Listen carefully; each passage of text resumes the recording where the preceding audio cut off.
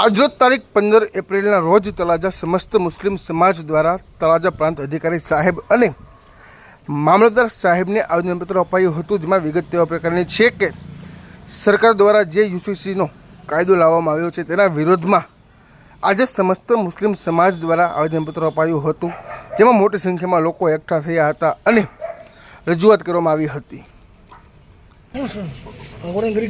ગુજરાત સરકાર જે યુસીસી નામનો કાયદો લાવી રહી છે એનો અમારો સખ્ત વિરોધ છે. ગુજરાત સરકારે અભિપ્રાય મંગાવ્યો છે કે ભાઈ જેને તરફદારી કરવી તરફદારી કરે, વિરોધ કરવો વિરોધ કરે. અને મેં કલેક્ટર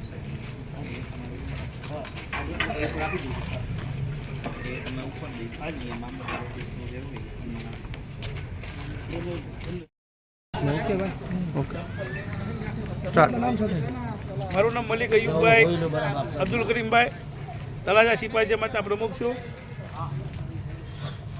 આજરોજ સમસ્ત મુસ્લિમ જમાત આયોજિત અમારે એક જે ગુજરાત સરકારે જે કાળો કાયદો પસાર કર્યો છે, યુસીસીનો કાયદો લાવવા માગે છે, એનો સમસ્ત મુસ્લિમ જમાત વિરોધ કરવા માટે અમે અહીંયા કલેક્ટરશ્રીને મામલતદારશ્રીને આવેદનપત્ર દેવા માટે આવ્યા હતા કે અમારે આવો કોઈ કાયદો નથી જોતો જે અમારા ધર્મની વિરુદ્ધ હોય અથવા કોઈ પણ સમાજને નુકસાન કરતા હોય અમારે એવો કોઈ કાયદો નથી જોતો.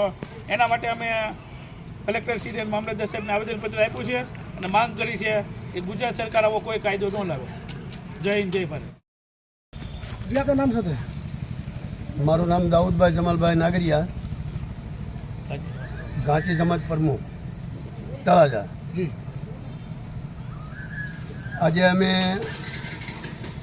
एक आवेदनपत्र देवा आव्या था कि सरकार जे नवा नवा कायदा इस्लामना धर्म विरोध लावे छे तो एना माटे अमे मामलतदारश्री अने कलेक्टर साहेबने आवेदनपत्र आप्युं छे कि आवा कायदा अमारा धर्मने कोई हानिकारक थाय अने अमारा समाजने कोई हानिकारक थाय एवा कायदा सरकारश्री न लावे.